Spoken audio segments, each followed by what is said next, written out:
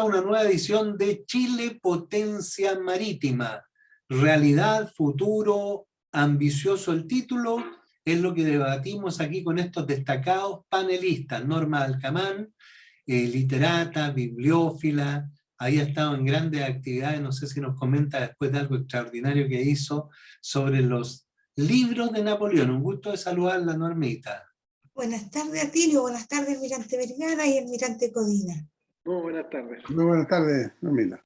Y con nosotros también el almirante Miguel Ángel Vergara, que es el presidente de la Liga Marítima de Chile, siempre cargado de actividades culturales con sus famosos coloquios marítimos. Así que, almirante, bienvenido. Veo que nos debe tener muchas novedades este mes. Muchas gracias, Atilio, y buenas tardes a todos. Por supuesto, deseoso de contribuir con una gota de arena o con un grano de arena a sembrar la conciencia marítima de los chilenos. Y también con nosotros el almirante Rodolfo Codina, presidente de la Corporación Patrimonio Marítimo de Chile, también con muchas actividades y con una serie de vestigios que ya hemos dejado en el camino con tantas iniciativas realizadas a través de los años, así que bienvenido, almirante. Muchas gracias a ti, un gusto saludarte, y lo mismo al almirante Vergara y a Normita, y estar compartiendo nuevamente este programa. Y bueno, ya que usted tiene la palabra, ponga el primer tema en tabla.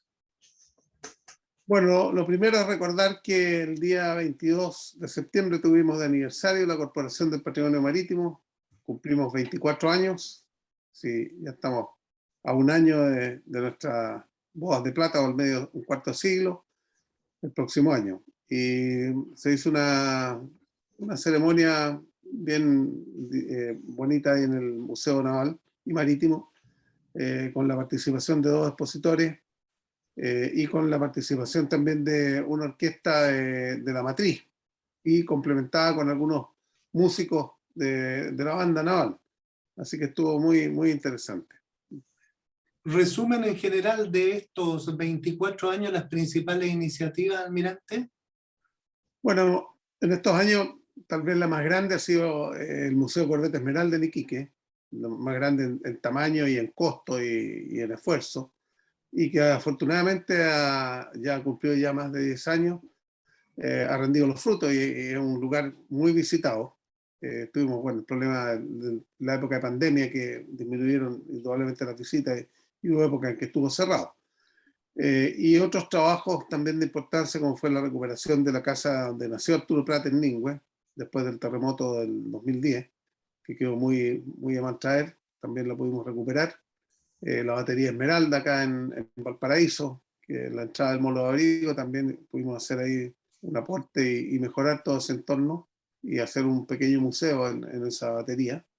Y bueno, lanzamientos de libros, el libro por los 500 años del descubrimiento del Estrecho de Magallanes, hace un par de años atrás lo teníamos presupuestado el 2020, pero por la pandemia lo postergamos hasta el año pasado el lanzamiento, y también lo hicimos junto a la Liga Marítima, que también había hecho otro libro similar. Así que ese es un resumen de algunas de las actividades importantes. Bueno, como los míos son los temas del libro, destaco y considero que es necesario subrayar la gran calidad de libros que publica la Corporación de Patrimonio Marítimo. Gran calidad en la forma y en el contenido. En la forma porque son cuidadosamente editados, muy buen papel, excelente calidad de fotografía. Y el contenido, por ejemplo, los de Magallanes, es un libro realmente notable, un gran trabajo de investigación, con mapas, dibujos, grabados, realmente un trabajo histórico de relieve. Almirante. Me parece notable y muy interesante la labor que hace la Corporación del Patrimonio Marítimo, precisamente para rescatar y dar a conocer al público nuestra historia, nuestras tradiciones marítimas, que yo creo que eso es lo que se ha ido perdiendo. Presiento que hay un desconocimiento importante de la historia, y parte de nuestros problemas es precisamente ese desconocimiento. Yo creo que la Corporación del Patrimonio Marítimo contribuye de forma importante a rescatar nuestro pasado, y a preservarlo y a cuidarlo. Así que yo felicito al almirante Codina todo lo que ha hecho en esta corporación. Muchas gracias. Exactamente. Y en ese sentido, se advierte que la Corporación del Patrimonio Marítimo tiene una mirada de largo plazo. Exacto. Porque precisamente el libro, y una pista para ello, para decir esto, es que el libro permanece y su preocupación por publicar el libro no es sino reflejo de permanecer y dejar memoria y registro de nuestra historia marítima. Almirante, pónganos tema usted también. Sí, a ti no quisiera poner una nota de esperanza. Aquí nosotros hemos sido un tanto críticos con muchas de las actividades que se desarrollan en el ámbito marítimo, pero quisiera destacar, la vez pasada comentamos nosotros aquí que se estaba haciendo en Puerto Williams un muelle de 150 metros y con un cabezal de 130 que a futuro podía albergar a cruceros de turismo. Bueno, la buena noticia es que la empresa Royal Caribbean va a construir un hotel en Puerto Williams con capacidad para 200 habitaciones, que es bastante importante, y entró en un convenio con la empresa aérea TAP, que hace actualmente, usualmente, los viajes entre Punta Arenas y Puerto Williams. Entonces, lo importante es que ya están agendados del orden de 36 cruceros que van a llegar a esta temporada a Puerto Williams, donde además va a tener a futuro, a corto plazo, el año 24, se espera un hotel donde puedan alejar. Y esto le produce una importante competencia a Ushuaia, Argentina, que tenía prácticamente el monopolio de esta situación, y ahora con este muelle y con este hotel va a ser una importante competencia. Y como te digo, Atilio, ya están agendados 36 cruceros en Puerto Williams. Me parece una notable noticia, muy importante para nuestra proyección antártica, porque los cruceros precisamente van a la Antártica, o sea, esa es la gracia. En vez de partir de Ushuaia, partirían desde Puerto Williams hacia la Antártica. Y otra situación importantísima es que la empresa aérea TAP ya ha hecho experimentalmente, y por supuesto lo va a mantener, espero, vuelos directamente desde Santiago hasta Puerto Williams. O sea, yo creo que eso es una gran noticia. Nosotros hemos criticado, y yo particularmente creo que así es, decimos que somos la puerta de entrada o queremos ser la puerta de entrada a la Antártica, como lo establece nuestra política. Pero sin embargo, mientras no tengamos un puerto en Punta Arenas, eso no va a ser tan posible. Pero este es un paso importante. Si bien no tenemos un puerto en Punta Arenas en forma, al menos vamos a tener un muelle, un hotel y un enlace directo entre Santiago y Puerto Williams, que es el lugar donde llegan los turistas. Así que una muy buena noticia. Mire, yo ya lo he contado antes, pero hace como 10 años viajé a Puerto Williams con empresarios de cruceros norteamericanos muy interesados en este punto porque decían que era similar a Alaska, que Alaska acapara el 5% de los cruceros del mundo. Acá en toda Sudamérica tenemos el 2% de los cruceros, es decir, si Chile tomara un poquito de eso a Alaska en la contratemporada, estaríamos a la vanguardia, pero me llamó la atención que ahí se reunió el Consejo Municipal de Puerto Williams y ellos no querían un turismo igual al de Ushuaia tan masivo, porque es una cosa más ecológica. Por ejemplo, ahí visité una población donde estaban los yaganes y entrevisté a la última yagán parlante que hace un poco tiempo falleció. Es decir, es como un turismo un poco más de aventura, más ecológico, sí. Pero es un punto potente, almirante. No sé comentarios sobre esto. Menos civilización. Sí. Oiga, oye, una anécdota, porque el gringo decía que en Alaska, donde llegan los turistas, es con barro, bien rústico, y los que habitan ahí llegan por otro muelle todo encementado, porque lo que quiere el turista es ir a la naturaleza agreste. Exactamente. Entonces, no importa, dije yo, que haya un hoyo, porque hasta un hoyo se vende, y ahí la embarró. Claro, todo se vende. Comentario, almirante Norma. No, tal como dices tú, Atilio, Williams se presta para ese tipo de turismo, no un turismo masivo. Ushuaia es otra cosa, Ushuaia es una ciudad que ya creció mucho. Yo estuve hace 51 años en Williams, viviendo allá. En ese tiempo éramos 800 habitantes entre los marinos y las familias, y Ushuaia eran 2000. pero ahora Ushuaia es sobre 60.000 y William creo que son ahora recién 2.000. Entonces es una ciudad mucho más pequeña, es mucho el turismo que más atrae, yo creo que el turismo de la naturaleza, ver ahí los dientes navarinos, los montes que están ahí cercanos, las lagunas que hay hacia el interior. Ese tipo de turismo es el que más yo creo llama la atención. Perfecto. Sí. Y en ese sentido es muy oportuno esto de Puerto Williams, porque la tendencia actual en este momento es precisamente buscar lugares remotos, alejados de los grandes centros turísticos, buscar la naturaleza, la vuelta a lo natural, a lo simple, a lo sencillo, a lo rústico. Así que yo creo que va a tener se ve bien ese proyecto Así es. en Williams. No sé si tú me contabas, Norma, que grandes figuras del cine, de la política mundial, nadie sabe en Chile que vienen al sur a pescar y todo y pasan inadvertidos. Efectivamente, solo por dar un ejemplo, en los años que era más famoso, Robert Redford venía con frecuencia a pescar a Chile. Y efectivamente el hecho de que vengan de incógnito es lo que les gusta, porque a donde quiera que vayan los reconocen.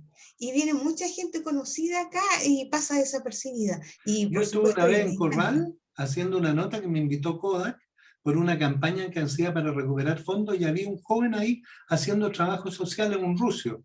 Y ese ruso era el nieto de la reina.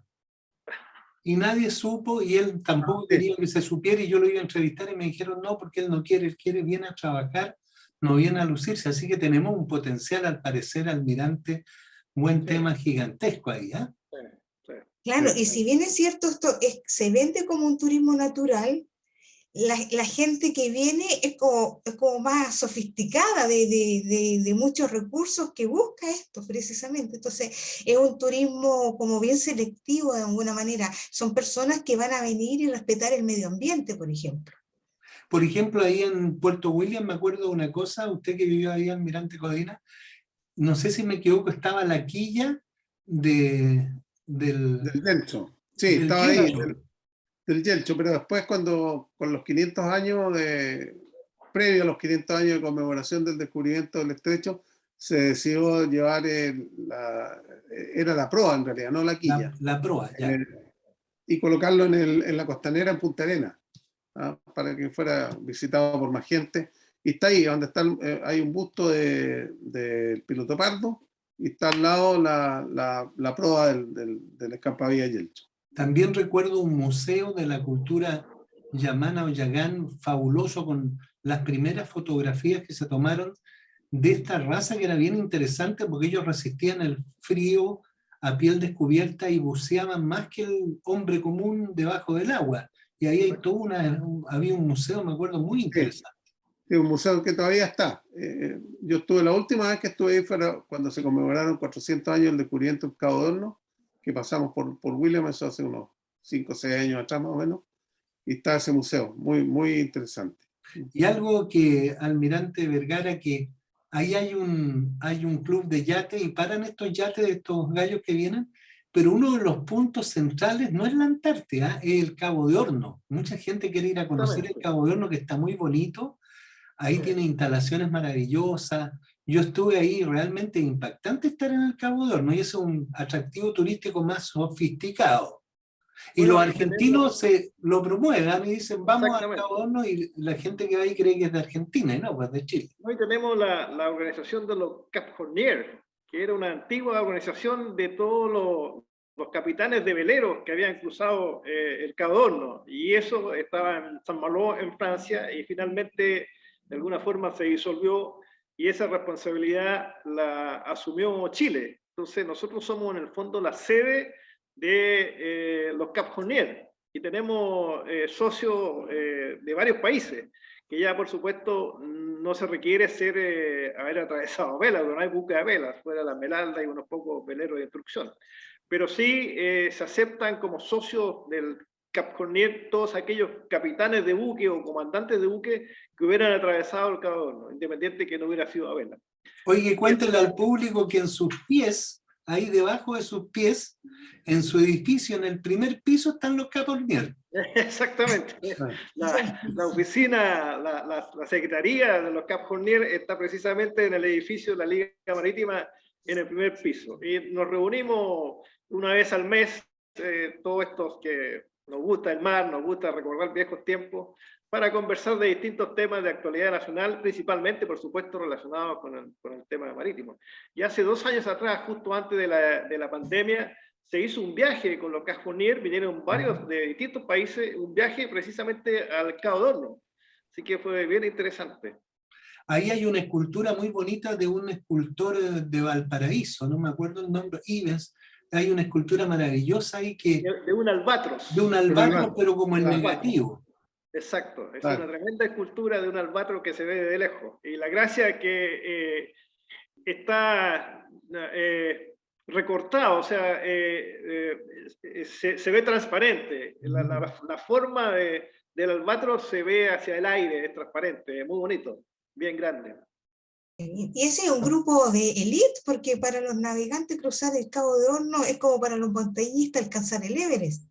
Exactamente, exactamente. Es muy complejo por los malos tiempos, por los vientos, así que por eso que era una tremenda gracia cruzarlo a la vela. Ahora, incluso con todos los medios tecnológicos que tenemos, con los motores, con turbinas, con todo, no es fácil. Yo me imagino cómo sería cruzarlo a la vela. Por eso que había buques que esperaban meses para lograr pasar al otro lado. Ustedes cruzaron el Cabo de Hornos navegando, ambos, ¿no es cierto, almirante? Sí. Yo también soy Cap Hornier, lo puse en el Cochrane, como comandante del Cochrane ahí, y de ahí basta haberlo cruzado una vez para poder tener la atribución a ser integrante de este grupo. Salud con agua, almirante, por su logro. Oye, Atilio, otro tema que me interesa comentar, que es importante, es el de los corredores marítimos verdes.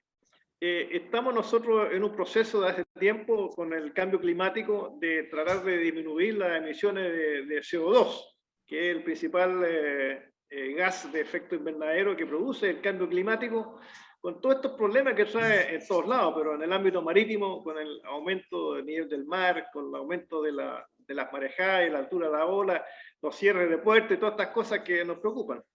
Entonces hay toda una campaña para que los transportes marítimos, que por lo demás el transporte marítimo no es muy contaminante, pero aún así se está haciendo un esfuerzo por reducir al máximo las emisiones de CO2. Y en ese sentido, entonces, se han establecido, o estamos en proceso de establecer las rutas que se llaman los corredores marítimos verdes, que son aquellos puertos que tienen la capacidad de abastecer a los buques con energías limpias.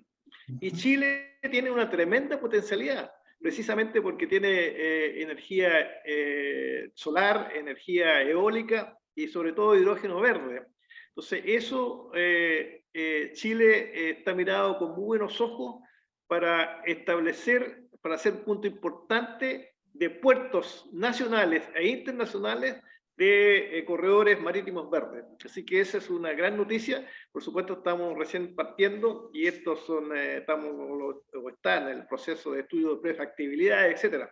Pero se avisoran importantes aspectos positivos con beneficio de Chile en estas rutas marítimas verdes, que finalmente en el largo tiempo, en el largo plazo, o quizá en el mediano plazo, yo creo que van a ser muy importantes, porque se va a empezar a exigir estas rutas marítimas verdes. El mundo va noticia positiva allá para nosotros en esta. Hemos comentado aquí la competencia que nos produce Chancay en Perú, que podríamos nosotros terminar como puerto hub. En ese sentido, aquí aparece una potencialidad que de alguna forma podría en parte contrarrestar esta amenaza con nuestra potencialidad de rutas marítimas verdes. Y eso además, volviendo al tema de Chancay, también con alegría he sabido que por lo menos está la iniciativa de construir un complejo portuario en Tocopilla. Entonces, ese complejo portuario en Tocopilla, si es que se materializa, también sería un importante contrapeso en el futuro al desarrollo portuario del complejo Chancay-Callao que está haciendo Perú. Así que tenemos dos buenas noticias, Puerto Williams y corredores marítimos verdes en el ámbito marítimo. Bueno, vamos a hacer una pausa para ya ir a comentar con Norma qué tema nos va a traer en el tapete de las iniciativas que ella realiza a nivel de la cultura, porque yo le explicaba acá, desde Valparaíso miramos al mundo, desde lo marítimo miramos también a todas las actividades de la comunidad, porque estamos aquí presentes en nuestra capital, Valparaíso, y bueno, y para todas las ciudades costeras también. Hacemos una pausa y ya retornamos.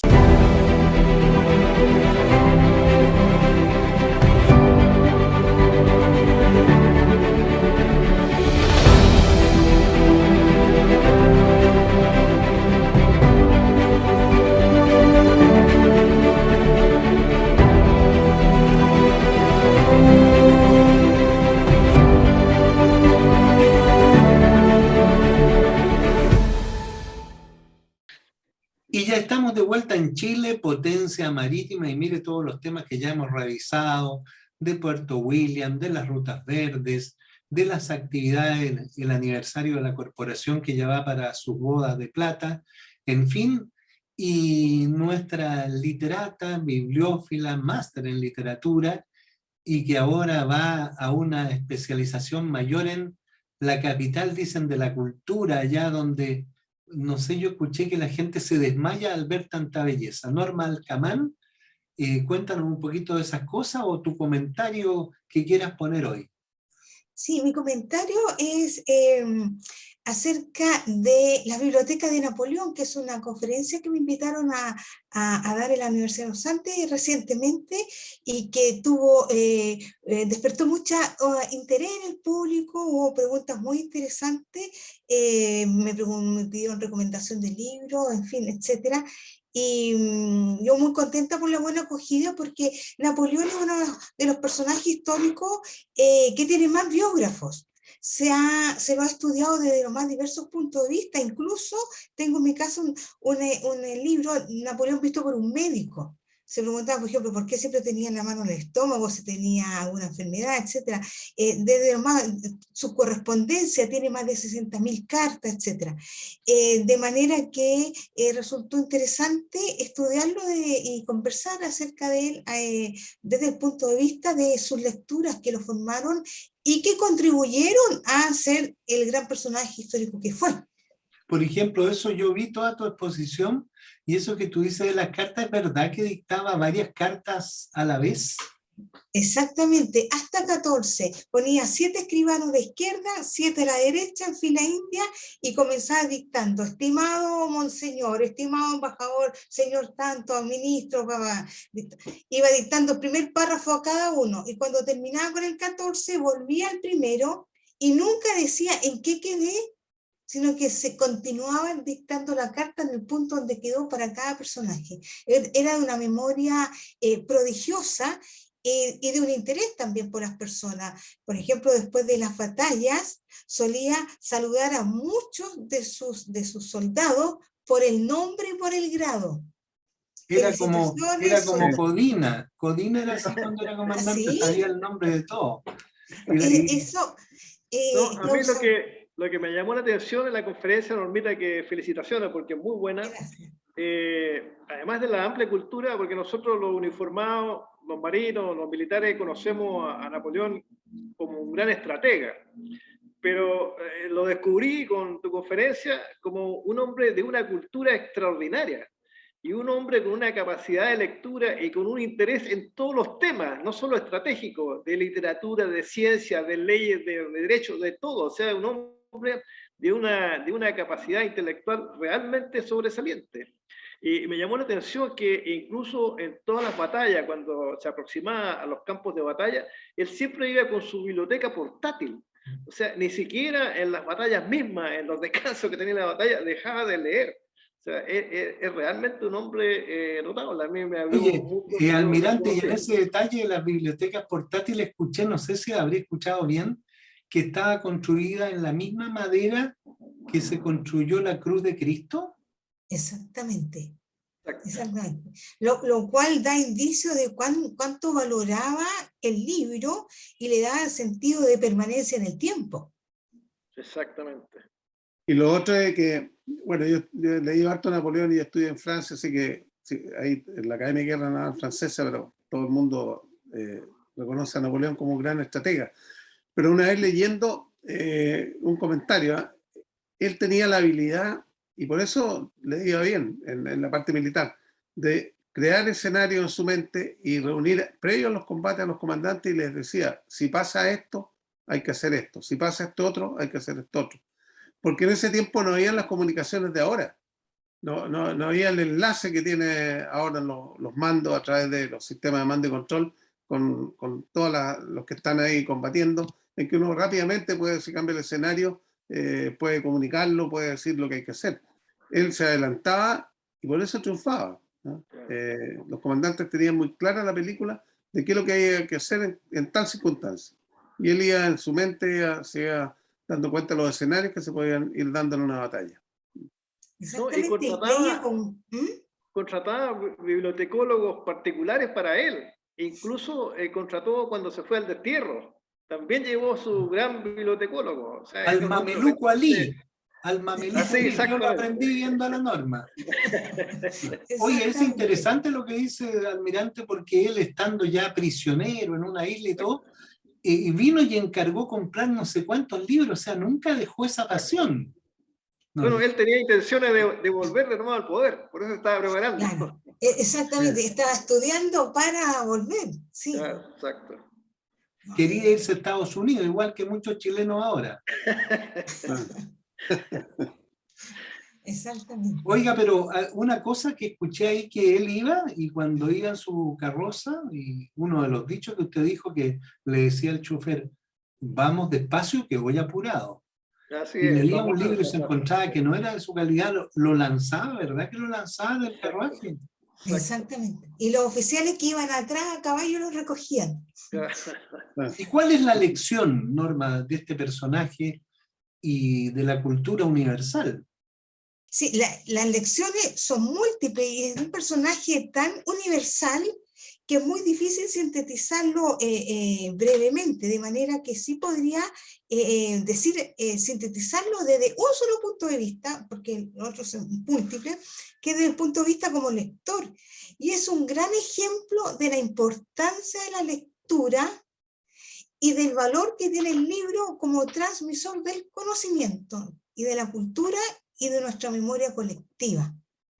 Porque él había leído desde muy joven, leyó y estudió todas las guerras, grandes guerras que hubo en la historia hasta su época. Entonces era experto en las guerras púnicas, la guerra del Peloponeso, etc. Y ahí estudiaba, ahí aprendía estrategia y desarrollaba, lo desarrollaba después en la práctica. Es decir, en gran medida se formó a través de sus lecturas. Y es cierto que leyó la Araucana y copió técnicas de nuestros mapuches. Efectivamente, porque recordemos que la Araucana es un poema épico que dio origen a nuestra identidad, es decir, es un gran libro, es como en Francia la chanson de Roland, que dio origen a la identidad francesa, es decir, son hitos de la literatura universal. Y en su época fue muy reconocido la Araucana de Alonso de Zúñiga en Europa. Y como Napoleón leía las grandes obras, y además de leer las grandes obras de literatura, era especialista en leer las grandes guerras, ciertamente de haber leído, ¿no? Y aprendido esas técnicas que indudablemente las aplicó. Yo rescato, Atilio, la cultura humanista que tenía, que es lo que yo creo que hemos perdido. Estamos en un mundo muy tecnologizado, con una visión muy parcial de las cosas. En cambio, este personaje que fue grande precisamente porque tenía una gran cultura humanista. Entonces, yo creo que es un ejemplo de la importancia de rescatar la cultura humanista en nuestra enseñanza, que se ha ido perdiendo. Estamos muy centrado en lo tecnológico, muy centrado en la eficiencia, pero hemos perdido esta visión del mundo más amplia. Efectivamente, y este tema se conecta con el anterior. ¿Por qué? Porque Napoleón volvió a las raíces y rescató la riqueza de la cultura greco-latina.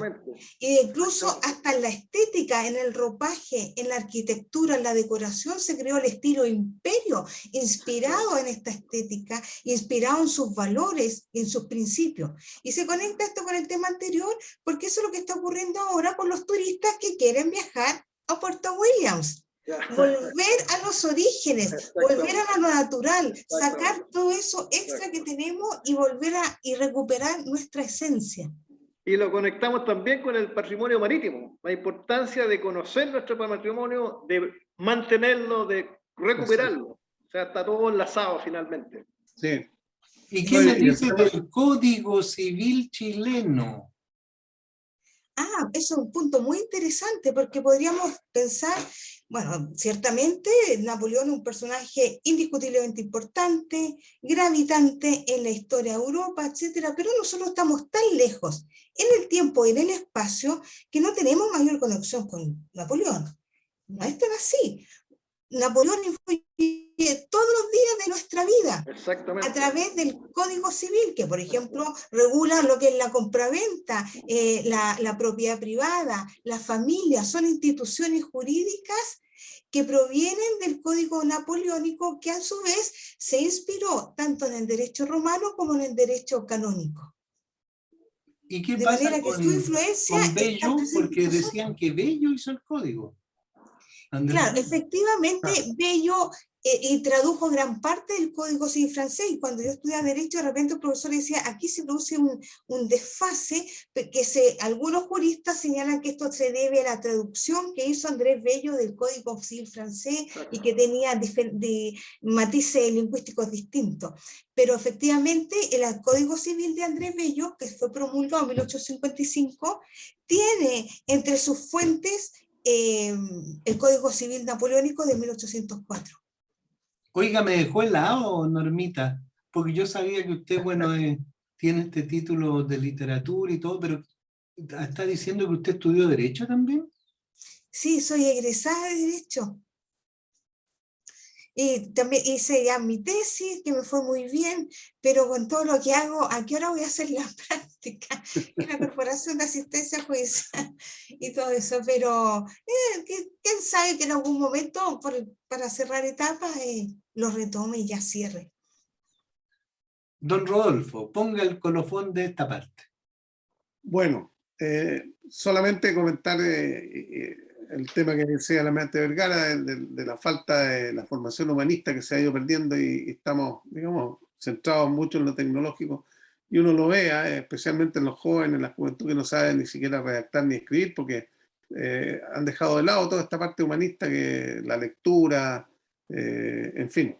Así que ojalá que eso lo retomemos, que es lo más importante a la larga de la vida. La tecnología a uno le sirve un tiempo, pero después, ya en una edad mayor, se vuelca de lleno a lo humanista. Oiga, yo también quería incluir mi comentario. ¿Me autorizan? ¿Cómo no? Mire, que el presidente de los oficiales de la Marina Mercante, Rodrigo Pinto Agüero, que según me contaba, fue su discípulo, almirante Codina. Sí, fue cadete en la escuela cuando yo era teniente instructor ahí. Bueno, él ahora lo nombraron de la ITF, que es la Federación Internacional del Trabajo, como el fiscal aquí en Chile. Entonces tuvo que ir a Londres a hacer unos cursos, a perfeccionarse, y justo le tocó el fallecimiento de la reina y estuvo ahí haciendo unos despachos, se transformó en un verdadero corresponsal. Y en ese trabajo, que lo hizo muy bien, nos manda una idea que yo se las mandé a ustedes, a lo mejor la vieron, que fue ahí al Museo Marítimo de Londres, donde hay una cosa que se llama The Great Map, que es una plataforma gigante donde hay dibujado un mapamundi en el suelo, y donde los padres van con los niños con unos barcos y van de la Antártida y todo, y no sé, lo encontré tan didáctico, tan entretenido, Y no sé qué les pareció a ustedes, y la pregunta es, ¿se podría hacer esto aquí en Chile? Sí, yo creo, mira, yo estuve hablando el otro día, el día miércoles, hace unos días atrás, tuve un miércoles, todos los miércoles se hace el cambio de guardia ahí en el monumento a la Marina, el monumento a Prat, más conocido con ese nombre, y diferentes instituciones participan. Nosotros como Corporación de Patrimonio Marítimo participamos en ese cambio de guardia. Y ahí estaba el director del Museo Marítimo, y con él estuve hablando sobre este tema. Y le comentaba yo que el día que el museo abarque todo lo que era la antigua Escuela Naval y el Comando de Operaciones Navales que está instalado en una parte de esa edificación, se cambie de lugar a donde estaba la antigua Academia de Guerra en Playa Ancha también, va a quedar todo eso para el museo. Y ahí hay uno de los patios, hay dos patios, el patio conocido, patio 1, patio 2. En el patio 2, segundo patio, se podría hacer perfectamente algo similar a lo que tiene el museo ahí que nos mandó Pinto Agüero de allá del Museo de Greenwich. Y por supuesto que encontró la idea muy buena para irla trabajando, digamos. Sí, el director del Museo Marítimo es un hombre bastante entusiasta y además, así a primera vista, por supuesto hay que analizar los costos, pero a primera vista no se ve un proyecto muy complejo ni muy caro. Se requiere solamente el espacio. Y como dice la almirante Codina, el espacio en principio lo tenemos ahí en la Escuela Naval Vieja cuando se vaya el Comando de Operaciones Navales, que está ahí, eso va a quedar desocupado. En ese patio perfectamente se podría hacer. Es un desafío que tendría que tomarlo, bueno, yo creo que una suerte de joint venture entre la Armada, el Museo Marítimo, la Corporación, la Liga, que sea Y las navieras, conjunto porque de imagínense estos barquitos las que navieras, exactamente. le ponen el Exactamente. nombre de las navieras. Exactamente. ¿Norma? Sí. Dos consideraciones. La primera, estoy sorprendida como empresa Océano TV está creciendo porque ahora tiene corresponsal en Inglaterra, en España y próximamente en Italia. Así que felicitaciones para Tilio. Y la segunda consideración es que, claro, hay un prejuicio que se puede después superar, ¿no? Pero que los museos son lugares aburridos, estáticos, y probablemente lo fue en el pasado, pero la museografía en Europa está súper desarrollada y es hoy en día el concepto de museo es un espacio interactivo, didáctico, familiar, dinámico, de manera que ese despacho es muy oportuno porque nos abrió una ventana de lo que está ocurriendo en otros museos en Europa. Y esa es la tendencia, que un museo sea un espacio vivo. Bueno, y antes de terminar, cuéntenos, Norma, porque usted, ¿por qué va a ir a Florencia? ¿A qué es lo que va? Y usted se calzó sola, dijo que iba a ser nuestra corresponsal allá en Italia. Sí, y encantada con toda la riqueza cultural que hay y la cantidad de museos. Hay varios museos marítimos allá, así que va a ser algo muy interesante. Además está la Asociación Pigafetta, en fin. Sí, voy a hacer un máster en gestión cultural en Florencia. Precisamente voy a aprender lo último conocimiento de museografía, curatoría, embalaje de obra artística, transporte internacional de obras de arte y patrimoniales, en fin, va a ser algo súper interesante y que a mi regreso próximo año espero aportar con entusiasmo. Y le paso un dato al almirante ¿Cuánto dura Vergara y al almirante Codina, pongan atención. Norma fue una de las curadoras de una muestra de Gabriela Mistral al cumplirse 100 años de una de sus obras que se dio en una universidad en Santiago. Y la universidad le ha pasado toda la obra a su disposición, así que vayan anotándose, si quieren exponer esto en el Museo Marítimo, en la Liga y todo, está los 100 años de Gabriela Mistral. Es así, ¿no es cierto, Norma? Exactamente, tengo los paneles a disposición de quien quiera llevarlo y yo más feliz todavía si se lleva a regiones. Y puede ser itinerante, así que encantado, se pueden comunicar conmigo para para transmitir esto y llevarlo a los colegios, liceos, institutos, etc. Usted se va a ir a Italia, pero dejó acá a un verdadero embajador a cargo. ¿Sí? ¿Cómo ¿Y así? porque quién va a estar a cargo de esos paneles? Ah, sí, mi hermano.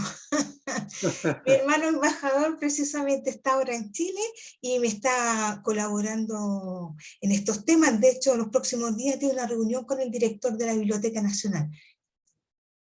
Así Ya, pues que entonces usted les manda los datos a los almirantes por si quieren a ver esta posibilidad de tener esa exposición de Gabriela Mistral aquí en Valparaíso. Y lo otro es importante que Norma va a ser nuestra representante y corresponsal también como directora del Patrimonio Marítimo en Italia este tiempo.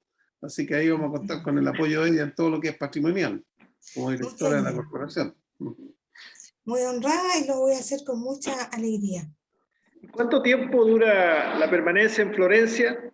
10 meses, porque es de lunes a viernes jornada completa estudiando, con cursos en italiano y en inglés. Me da mucha envidia, porque Florencia es realmente maravilloso. Ahí es la cuna del arte, la cuna del Renacimiento, está ahí, sí, claro. Efectivamente, la cuna de la Cuéntenos, ópera. Norma, al público en general, yo no lo sabía, usted me lo enseñó, acerca de ese síndrome que se produce a los que visitan. Sí, que en Florencia, durante la segunda mitad del siglo XIX y comienzo del siglo XX, notaron los médicos que llegaban a los hospitales de Florencia turistas enfermos, se enfermaban y los síntomas eran similares, mareo, como que se perdían de donde estaban, algunos se desmayaban, etc. Y se hizo una investigación de por qué ocurría eso ahí en Florencia, y se le denominó finalmente síndrome de Stendhal, porque el escritor francés del mismo nombre fue el primero que manifestó estos síntomas al viajar a Italia, y en el fondo no es sino la reacción física al admirar tanta belleza y tanta historia. La gente se marea, incluso se puede llegar hasta desmayar. El síndrome de Stendhal. Una bonita enfermedad. Sí. Oiga, podríamos traer ese virus a Chile, ¿eh? Yo he sabido que ante la naturaleza también muchos turistas se han sentido conmovidos físicamente, remecidos en Torres del Paine, en la Patagonia chilena. Bueno, le deseamos los mejores parabienes, Normita. Vemos que ya su estante que estaba lleno de libros ya los debe tener embalados porque se ven vacíos. Y le agradecemos mucho que ya a punto de partir nos conceda este panel, y si es posible también ahora con la tecnología, ojalá pudiéramos mantenerlo mensualmente con su presencia. De todas maneras. La palabra para despedir le ofrezco y les agradezco también su participación. Atilio, yo quiero despedirme de este programa con una nueva noticia alentadora para Valparaíso, que dice que se ha anunciado el desarrollo del tren Santiago-Valparaíso. Ojalá que se concrete. No es tan fácil, pero por lo menos está la intención de hacerlo. Y la segunda noticia también... En ese punto entrevisté a Óscar Guillermo Garretón, pueden ver la entrevista aquí en Empresa Océano, y sí, hay un dato interesante, que esto se iba a hacer con una empresa china, pero ahora ya no van a ser los chinos porque el MOP, lo importante que puso esto en la carpeta de concesiones. Entonces parece que están apareciendo otros inversionistas. Correcto. No, sin duda. Es un proyecto complejo y siempre está en discusión, y yo creo que es válido la rentabilidad social. Yo creo que hay varios problemas, pero por lo menos está la intención de hacerlo. Y la otra noticia alentadora, que el alcalde de Valparaíso ha anunciado una campaña para pintar todos los muros del patrimonio histórico del centro de Valparaíso. Ojalá que se concrete y ojalá que perdure, y ojalá que estos imbéciles, porque no tienen otro nombre, dejen de rayar las mullas. Pero es muy fácil, almirante. El alcalde contrate a los grafiteros para que pinten y les paga. Y les dice, les vamos a dar un lugar especial para hacer su arte. Don Rodolfo, ponga el corazón. Bueno, yo tomándome lo que dice el almirante Vergara, de la pintura de Valparaíso, porque es un proyecto, la Corporación del Patrimonio Marítimo es parte socia, yo soy director del Museo Bauriza, y el presidente del directorio del alcalde, porque es un museo municipal, que cumplió, entre paréntesis, 10 años de la reapertura, y se ha hecho una gran labor ahí. Bueno, justamente con el museo y con la municipalidad y con la colaboración del museo también, estamos haciendo la pintura del centro de Valparaíso, que partió hace un par de días, y la idea es pintar desde Echaurren hasta la Avenida Argentina, todo el centro, con un convenio ahí con Tricolor, y que es un proyecto que también se hizo en el Perú. Y ojalá prospere y ojalá no lo rayen, pero según lo que yo he estado viendo hoy día en la mañana, tuve una reunión de directorio de Bauriza, se va a pintar con una pintura lavable, de manera que todos estos grafiteros que rayan, después, bueno, habrá que estar no repintando, sino que lavando. Mira, en Viña del Mar se ha fijado que no hay tantos grafitis, siempre hay, porque hace muchos años el alcalde Rodrigo González hizo una idea bien buena ahí, donde están los capuchinos, que hay un muro gigante, invitó a todos los grafiteros para que fueran y se desahogaran y pintaran y llegaron no sé cuánto, y descongestionaron. Yo creo que igual a esta gente, yo no entiendo el motivo, veo que es como una competencia, un desafío, no entiendo la filosofía de esto, pero existe, y tal vez deberíamos ir pensando en algún lugar que se lo demos a los grafiteros para que hagan sus signos, sus marcas, no sé cómo se llama, su arte, pongámosle. Y liberemos a la ciudad patrimonial, porque también hay que respetar la belleza arquitectónica de los edificios, la limpieza, que es lo que nosotros queremos. Sí. Oye, y antes de que termine el programa, también quisiera yo rendirle un homenaje a un gran arquitecto, don René Adaros, que falleció ayer y hoy día el funeral, porque él fue uno de los grandes gestores en la recuperación de la casa de Ningüe de Arturo Prat en los años, a fines de los años 80, 88, 89, y trabajó muy cercano con don Walter Groman, que fue la otra persona el impulsor de esto. Bueno, él ya tenía su buena edad, don René, sobre 90 años, y ha fallecido. Así que en paz descanse, y un gran homenaje hacia él. Oye, qué interesante recordar a Walter Groman, porque este era un extranjero que, igual que el gringo este que vino acá, se enamoró de Chile y se vino acá y nos tenía en lo más alto de la cultura, y vino a hacer esto que ni un chileno empezó, pues, de rescatar la casa donde nació Prat, y que es una casa típica, ¿no es cierto? Porque esas casas como protegidas, que tenían un patio interior. Claro. Entonces, mire qué interesante lo que usted recuerda, más lo que decía el almirante Puerto William, las Torres del Paine, es decir, Chile, potencia marítima. Estamos bien. Normita, diga lo último para despedirse y nos vamos. Sí, muy interesante este programa. Y bueno, yo me voy de viaje, pero sigo con mi corazón en Chile Potencia Marítima, y espero poder acompañarlo en el próximo programa de todas maneras. Muy bien. Con muchas novedades. Muy bien. Bueno, gracias. Bueno, bien. Muchas gracias a ustedes por este panel, y por favor, en la medida de lo posible, viralícenlo, porque ahí nomás el almirante Codina tiene como 1000 socios, el almirante Vergara otro tanto, y Normita con los bibliófilos, con todos sus grupos de cultura internacional incluso, para que no quede este programa ahí y se divulgue, porque si no se divulga no existe. Así que tomarse la molestia de molestar, nomás mandarle a todos los contactos, viralizar, como se dice, viralizar la cultura. Muchas gracias. Muchas gracias. Muchas gracias.